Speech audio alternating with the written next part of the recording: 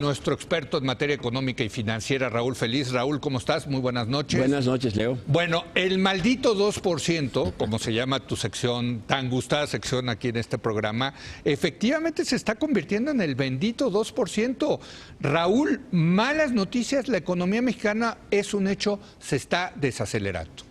Yo diría que ya se desaceleró. Ya se desaceleró. Ya se desaceleró. ¿No se está? No, no. Bueno, se puede desacelerar más, ¿no? Claro, y muy probablemente así será.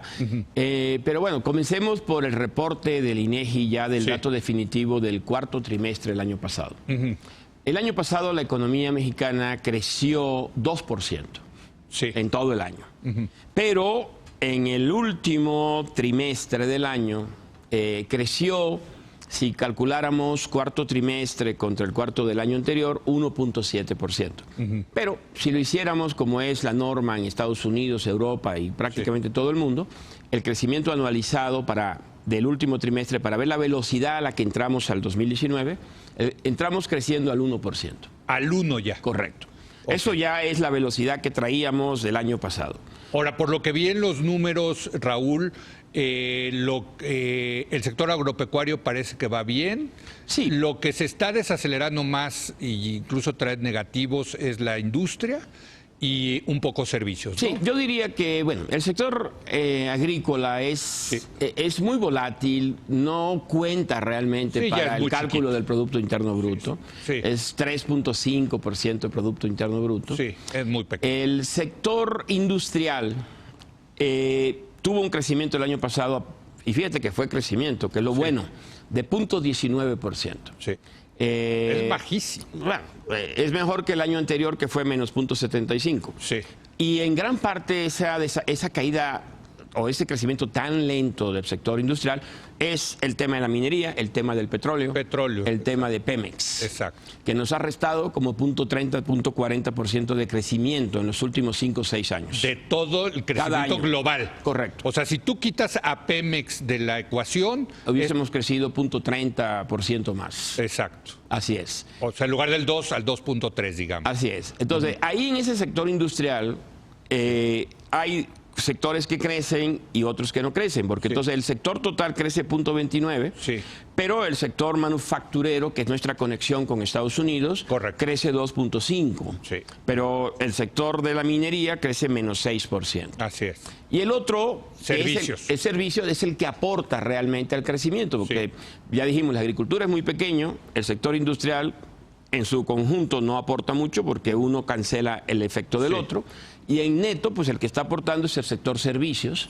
Y ese sí trae un crecimiento cercano al 3%. Pero ese se viene desacelerando. Se viene desacelerando. Correcto. Por cierto, hoy los datos de uno de los en el sector servicios más importantes, que había sido gran éxito en años pasados para el PIB mexicano, el turismo se está desacelerando. Es interesante, los vuelos a Cancún se han reducido de forma significativa. Las tarifas en los hoteles en Cancún han caído. Han contribuido a la baja inflación del inicio de este año. Ahora, la pregunta, Leo, relevante, y yo creo que no me la has hecho, pero creo que la tienes en tu cabeza, es ¿qué tanto es debido a la 4T? ¿Qué tanto es a la desaceleración del crecimiento económico global? Porque Estados Unidos también se está desacelerando. Y ya sé qué me vas a contestar. Europa ya se desaceleró. Me vas a contestar que las dos. Son las dos, efectivamente. Exacto, ahí está. Sí, pero la vez tú me adelantas las preguntas y yo te adelanto las respuestas, pero bueno, venga. Podríamos intercambiar roles. Sí, mira, yo creo que esta desaceleración en parte viene por una desaceleración de la economía norteamericana. Claro, también tenemos efectos que ocurren cada 6 años en la transición de gobiernos, aun cuando son del mismo partido y aun cuando son de la misma ideología.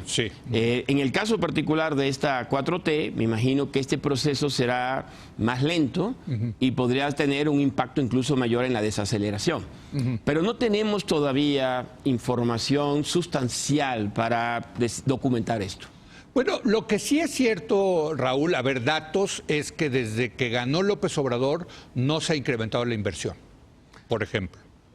No la financiera, la inversión directa. Sí, bueno, pero también es muy poco tiempo para poder medir esto. Bueno, ya son desde julio. Sí. Ya estás hablando de 9 meses. O sea, tenemos información anecdótica porque todavía no tenemos datos. Sí.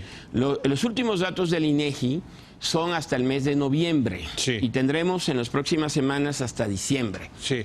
Pero sí, tú y yo escuchamos a constructores, empresarios, que nos dicen estamos a la expectativa, no estamos aumentando la capacidad. Así es. Y te diría que en todo caso, Leo, esta es una prolongación de una tendencia desafortunada de la economía mexicana que inició en el 2015. Desde 2015 no hemos tenido crecimiento real de la inversión en México. Y que se agudizó desde luego con la llegada de Trump al poder, porque el factor incertidumbre sobre el tratado de libre comercio pues llevó a muchos inversionistas a decir, a ver, déjame ver qué pasa ahí, no invierto mientras tanto en México. Ese es un gran problema y en realidad no impacta tanto, no me malinterpretes, el crecimiento de corto plazo.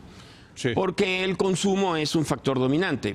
Lo más preocupante de la caída de la inversión, la que ya se dio y la que todavía seguramente seguirá existiendo en los próximos años, es que esto acota el crecimiento futuro. Es decir, esto lo que nos está diciendo es no solamente que no hay crecimiento en este momento, sino que la capacidad para crecer en el futuro se está reduciendo de forma sustancial. Es que eso es lo importante, porque López Obrador, que ha sido tenaz en su crítica a los gobiernos neoliberales, una de sus críticas, y correcta, es el mediocre crecimiento del 2%. Pero pues vaya, y él prometió 4%. No se va a lograr este año, Raúl, y es muy probable, por lo que tú dices de la inercia que lleva la inversión, que no se vaya a lograr durante este sexenio. Fíjate que... O la primera parte del sexenio. No, es muy poco probable. Ahora, me llamó mucho la atención que en este nuevo consejo asesor del presidente, donde participa el sector privado, este tema fue un tema fundamental. El nuevo representante empresarial puso sobre la mesa claramente lo que aquí hemos dicho muchas veces, que para poder crecer al 4% habría que elevar el coeficiente de inversión del país, o sea, la proporción del tamaño de la economía que se invierte cada año, a cerca de 26-27% del Producto Interno Bruto. ¿Ahorita en cuánto estamos? 19,5. Ahorita estamos de 19,5, del 26 al 27. Correcto. Okay. O sea, 6 para puntos, llegar a 4%. Pero sostenido, no es que un año le pongamos sostenido, para llegar a un 4% de crecimiento. Y esto, en términos del esfuerzo... ¿Esto son datos del sector privado? Bueno, ellos lo mencionaron, pero yo lo he calculado y lo he mencionado aquí varias veces, o sea, coincidimos exactamente. Esto significa, Leo, que incrementalmente hay que poner en la economía mexicana alrededor de 80,000 millones de dólares. 80,000 millones de dólares. Adicionales cada año, para poder sostener una tasa de crecimiento del 4%. En las actuales condiciones. Y eso lo puede poner o el gobierno o el sector privado. El gobierno no tiene dinero. Vamos a suponer hacer cálculos muy rápidos. La administración Peña Nieto ciertamente bajó dramáticamente el gasto de inversión pública. Correcto. Vamos a suponer que López Obrador pudiera regresar a donde lo tenía Calderón, que era 4.5 del Producto Interno Bruto. Ahorita estamos en 2.5. Andamos en 2.9, 2.8. 2.9, ok. A poner que le metiera 2 puntos adicionales. Del PIB. Aún así nos faltarían 4 o 5 puntos. Pues sí, que tienen que salir de los privados. No hay otro. Y ahí viene el tema, camino. que creo, de fondo, que es, pese a que van los empresarios, le aplauden como foca al presidente y le dicen, estamos con usted, etcétera, la realidad, y estos son los datos, es que todavía tienen dudas acerca de López Obrador y no están dispuestos a arriesgar su dinero. Sí, creo. Yo creo que sí. ¿Estamos de acuerdo? Yo creo que sí. Lo que necesitan es un camino que puedan mirar hacia adelante. Exacto. Y que vean que poniendo su dinero a trabajar van a generar los retornos competitivos que el capital y los socios de su capital requieren. Totalmente. O sea, en ese sentido, yo siempre lo he dicho, López Obrador ha enamorado a muchas partes de la opinión pública, etcétera, pero tiene el pendiente de enamorar al capital, a la clase empresarial, a los que invierten, a los que tienen ese dinero para hacer crecer la economía. Claro. Y bueno, la estrategia que habíamos seguido para tratar de hacer esto, que era abrir sectores monopólicos del Estado, como la energía eléctrica o el petróleo y el gas, pues él los está cerrando. Exacto. Entonces, sin que se vea que esté abriendo nuevos. Entonces, ¿pero qué podría abrir, por ejemplo? O sea, si tú fueras López Obrador y dijeras, ok, yo ideológicamente creo que el sector energético tiene que ser el sector público y bueno, se vale tener esa postura ideológica. Correcto. Les voy a abrir esto otro. Bueno, ¿Qué mira, es esto otro? Eso otro es, ya lo conocemos, es lo que el norte del país ha logrado explotar a través de atraer inversiones privadas, nacionales y extranjeras para producir una capacidad de manufacturas y exportar. Eso lo tendría que hacer en otras partes del país, por ejemplo, el sur. Sí. Y esto requiere un esfuerzo de inversión pública en infraestructura básica, en capacidad de energía, de suministrar energía eléctrica, gasoductos, carreteras, puertos, aeropuertos. Y quizás incentivos fiscales, ¿no? Yo creo que es parte de la estrategia. Eso tampoco no hemos escuchado mucho en estos primeros meses de la Cuarta Transformación. Pues era la idea del transísmico, ¿no? Correcto. Pero todavía no tenemos detalles ahora, para terminar con el tema del crecimiento, entonces, ¿qué estás previendo para este año, Raúl? Mira, los cálculos que tenemos, que ahora hace 2 meses eran muy bajos, pero ya son el consenso, es que la economía mexicana va a crecer alrededor de 1.6%. 1.6. Correcto. Sí. El Banco de México, la semana pasada, en su reporte trimestral, estimó un crecimiento en un rango que va del 1.1 al 2.1, pero que exactamente es 1.6. El medio. Es la media. Así es. Y hay quienes, compañeros analistas, que tienen hasta estimaciones debajo de 1. 0.8, 0.9. Banco of America creo que trae 1, si no me equivoco. Yo creo que ya está un poquito debajo del 1. Sí. Nosotros estamos a la expectativa de un poco más de información para saber en qué dirección nos vamos a mover, pero por el momento nos sentimos cómodos con el 1.6%. ¿Probabilidades de recesión para este año en México? Una recesión económica en el sentido económico de la palabra. 2 trimestres económicos de crecimiento económico negativo. No, llamaríamos una recesión técnica. Ok. Porque pudiera darse, por ejemplo, el primer trimestre seguramente el crecimiento será 0 o negativo.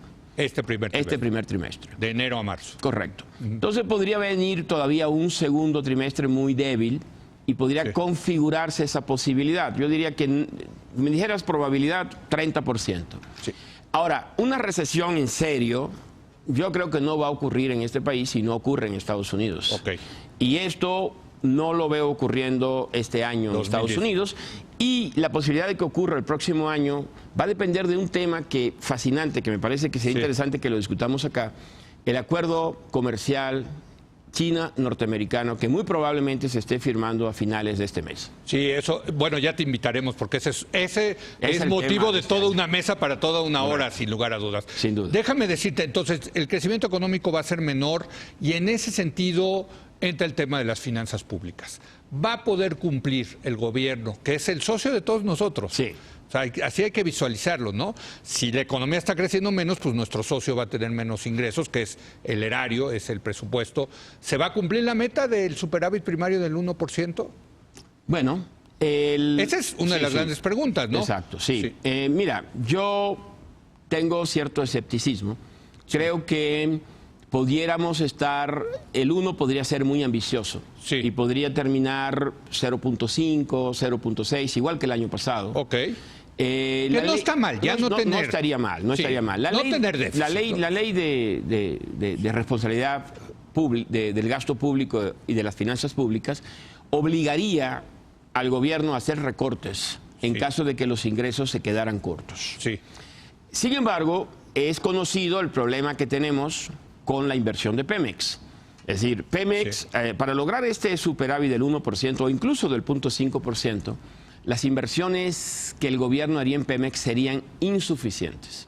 O sea, sería un poquito más de lo mismo del pasado. Sí. Pemex saldría a flote financieramente, pero no haría el nivel de inversión necesario para garantizar que fuera una empresa productiva y hacia el futuro. Es claramente el eslabón débil, ¿no? Entonces, el tema que va a elegir el gobierno en la actual restricción, donde no quiere accesar al capital privado para la industria, es o cumple la meta fiscal que se ha comprometido con los mercados y descuida el crecimiento de la inversión necesaria en Pemex o logra canalizar esos recursos hacia Pemex, pero entonces no cumple la meta fiscal. Ese es el dilema fundamental. ¿Y tú hacia dónde crees que se va a ir? Yo creo que va a ir en camino medio, van a tratar de mantener un superávit primario, no sé si le alcanza el 1, pero francamente no podrán hacer el nivel de inversión necesario en Pemex. En 30 segundos, toda esta ola de bajas de calificaciones que han tenido las